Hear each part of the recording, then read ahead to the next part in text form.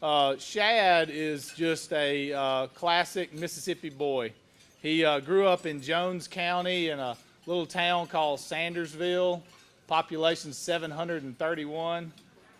His dad and grandfather both worked in the oil field down there in Jones County. His mom and grandmother worked in public school education down there. Shad is a product of Jones County Public Schools, where he graduated, and then he went to Ole Miss and got his economics degree. He studied as a Rhodes Scholar at the University of Oxford, and that's not the one in North Mississippi. He earned his Master's of Economic History there at the University of Oxford. Then he went to Harvard and got a law degree at Harvard, and that's where he met his beautiful wife, Rena. She's also a Harvard law grad.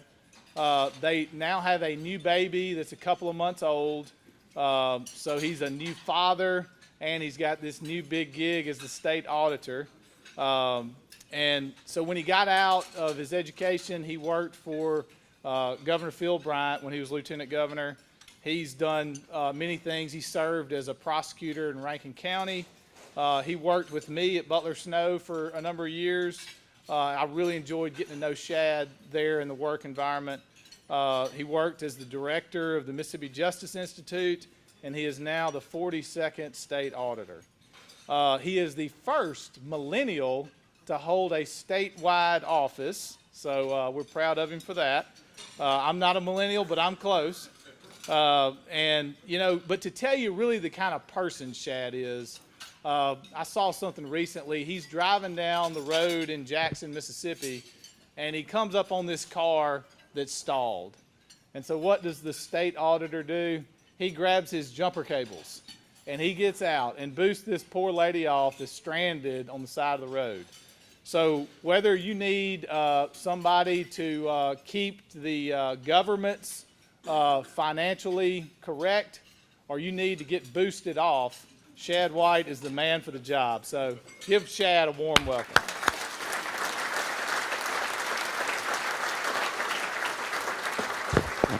Thank you, Will, for that introduction. Will mentioned that we practiced law together for a little bit. If y'all don't know this, Will is the smartest and best lawyer who also kills alligators for fun. Of all the lawyers that kill alligators, Will is number one of all those lawyers who practice in law. I want to thank you all for the chance to come here and speak to you today. I've been looking forward to this for a little bit because typically my speeches that I've done over the last 9 or 10 months have involved things that we're doing in the auditor's office. But today I wanted to talk about something a little bit more personal, and my hope is that in doing so, that anybody who has struggled with the same sorts of things that I have struggled with will be able to hear this, and we can wrestle with these issues together.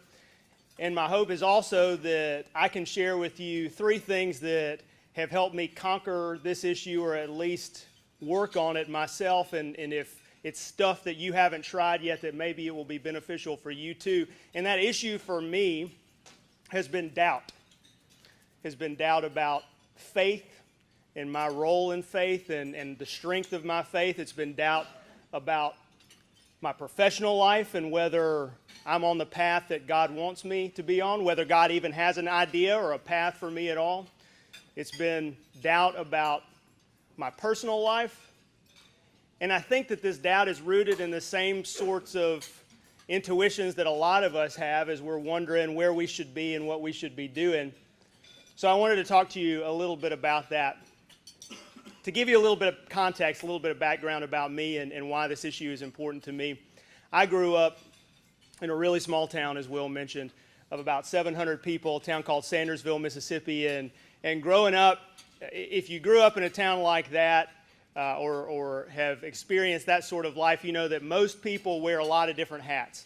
So my mom was a school teacher, but she also played the organ in our little bitty church. My dad was an oil field pumper, still is an oil field pumper. But I'll tell you this story. At least one night a week, he would come in from work. And if you've worked in the oil field, or you know somebody who's worked in the oil field, you know that that's a dirty job. So at least one night a week, he would come in from work and he would wash the dirt and the oil off of his face and out of his hair.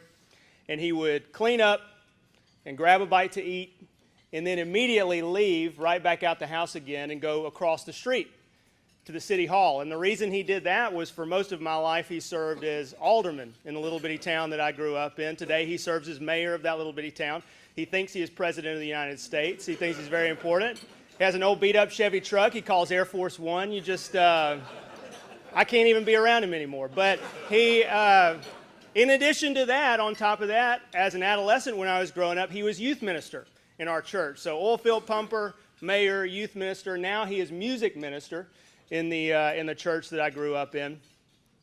And I watched my parents in the walk that they led. If you can't tell, my walk's probably been a little bit like Ross's in the sense that if it was a Sunday morning, we were going to be there in church on the second pew. If it was a Sunday night, we were going to be there in church on the second pew. If it was a Wednesday night, we were going to be there in church on the second pew. If the preacher decided to wash the windows on a Tuesday, we were going to be there in church in the second pew. If somebody accidentally left the church open on a Friday morning, we probably were going to be there in church on the second pew. So I grew up really blessed with this foundation of Christian faith.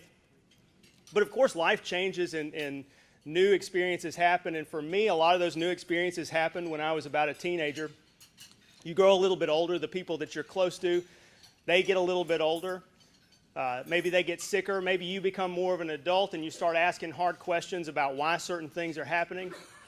And so I will tell you that for me, when I entered, I guess, my high school years, I started having a lot of the questions that I think most of us as adults have. And every time I would ask those questions of a preacher or a deacon or a Sunday school teacher or someone else in the church that I admired, I'll be frank and say that I just did not get answers that I thought were intellectually fulfilling. So my grandmother at the time when I was in high school was dying of lung cancer. And so for the first time I was confronted with somebody I was close to who was dying. And then you ask yourself, if God is compassionate, if God is the full symbol of unconditional love, why is he letting this bad thing happen to somebody that I care about, who's never seemed to have done anything wrong ever? Why does he let bad things happen to good people everywhere in the world? I asked these questions and didn't get good answers back.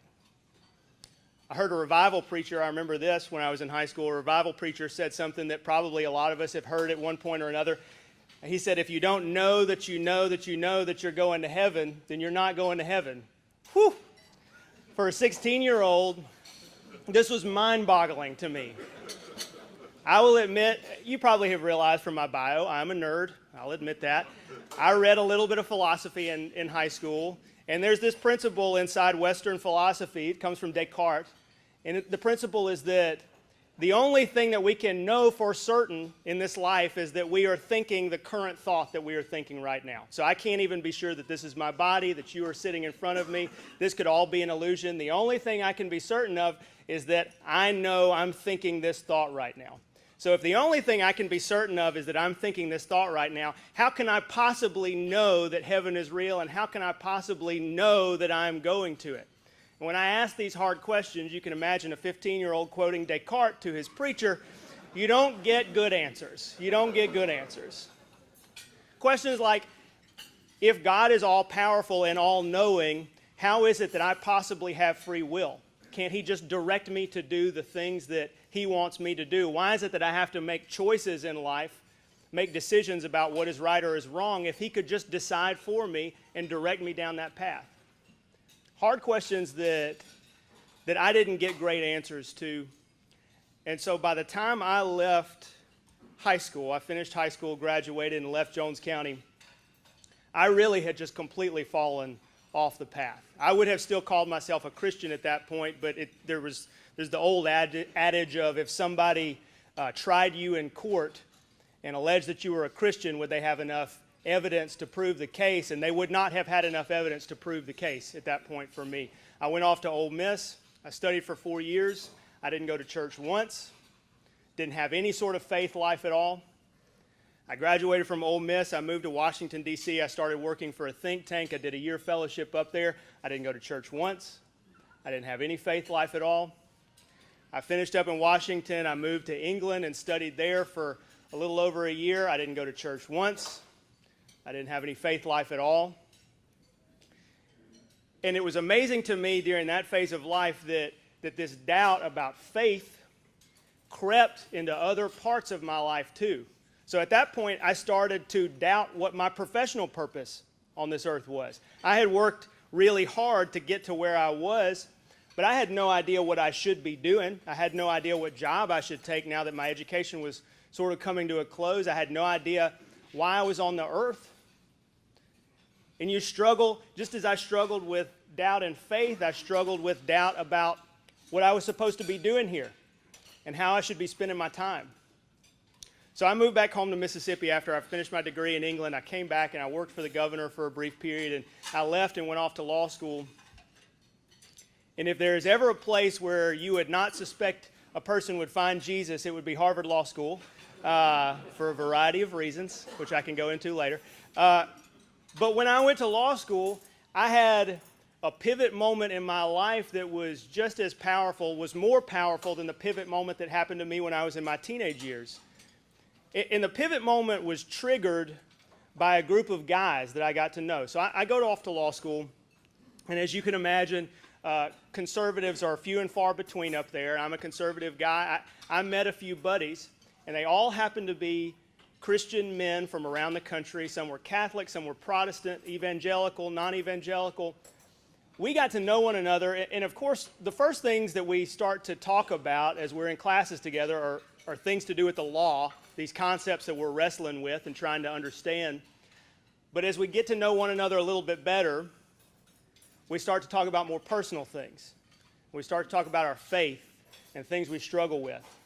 We also, at the same time, had a professor, a guy named Robert George, and I encourage you to look up Robert George and read his writings if you're a nerd like me. Robert George is one of the more prominent Christian conservative professors in the country. He teaches full-time at Princeton.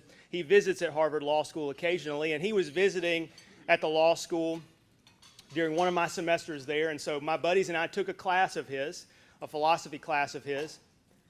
And he would teach philosophy, but after the class, he would take several of us to coffee every time class was over, and we would talk about these kinds of issues, things that you wouldn't normally get into in class. So we would talk about our faith. We would talk about our personal lives. We would talk about the things that we struggle with. So point being, I made this collection of friends and found this mentor and this professor, and my life and my thought patterns started to change a lot.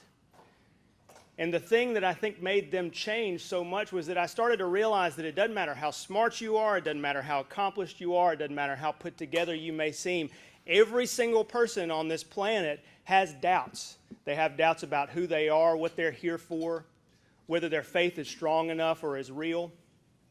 Every person has those doubts, and that's okay. It's okay to have those questions. Part of the purpose of this life is wrestling with those questions and finding your way back to God every time you have those questions. Something else also important happened to me in law school. I met the woman that was going to become my wife, and aside from being funny and brilliant and smoking hot and all the other things that I love about her, she is a woman of deep conviction and deep faith, and she taught me that I can sit around and wish to have stronger faith. I can sit around and wish for these doubts to go away. Or I can start acting like a person of faith, doing the physical tasks that people of faith do, like going to church and reading the Bible and praying. And the act of those things, just the simple fact that you are doing them, that act ends up making you a stronger person of faith, whether you realize it or not. James 2:26 says, faith without works is dead. That's what that principle means to me. It means to us, is that you do these acts and that makes you a more confident person in your faith. So I came back home, and within a year and a half, couple of years, I was married to my wife. And I think back now, or I look at myself now, and I am a completely different person than the person I was 6 or 7 years ago. And thinking back about the things that triggered those changes, I've realized now that there are 3 tools that I use or have used or slowly stumbled toward figuring out that help me in those moments when you doubt your purpose or you doubt your faith. The first is just this simple principle that I learned from my buddies, which is you are not going to have perfect answers all the time. Number one, you are not going to have perfect answers to all of life's questions, to all of the mysteries of faith, to all of the mysteries of what you're on this earth to do. You're not going to have perfect answers, and that's okay. That's the product of being human. Wrestling with those questions is just a fact of life, and dealing with them is a part of the process of being a Christian on this planet.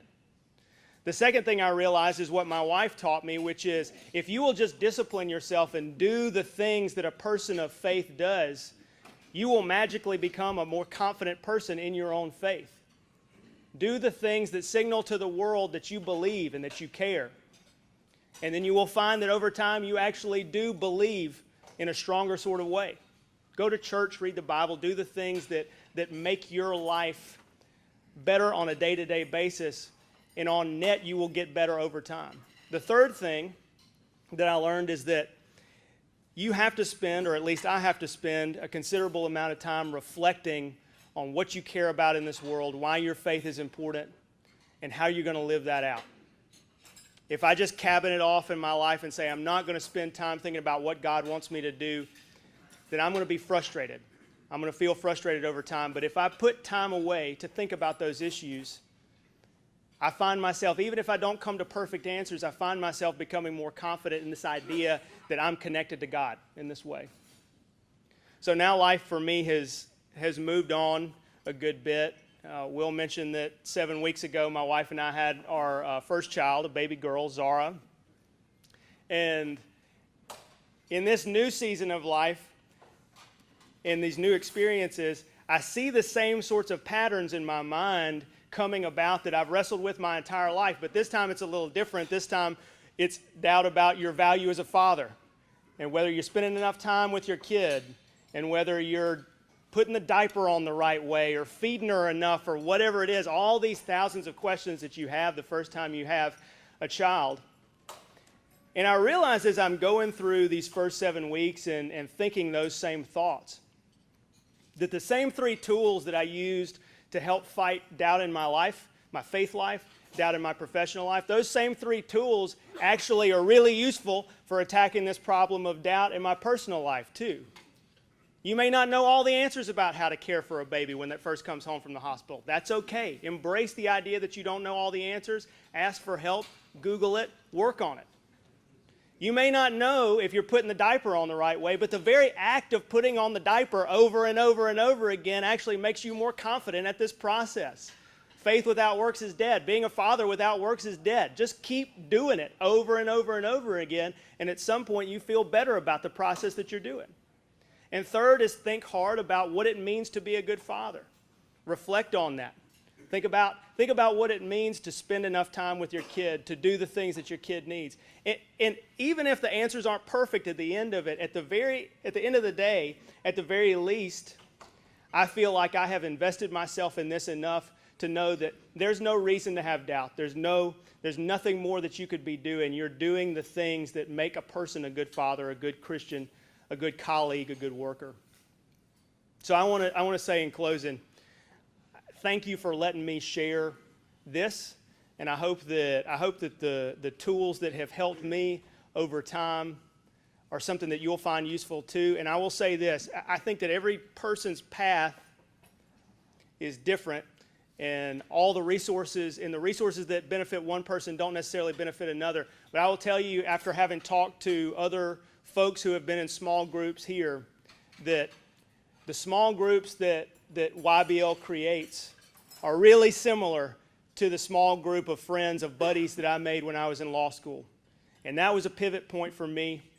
And if you need that same sort of moment, you need that same sort of support structure, this is a place where you can find it. You've got those cards at your table right here.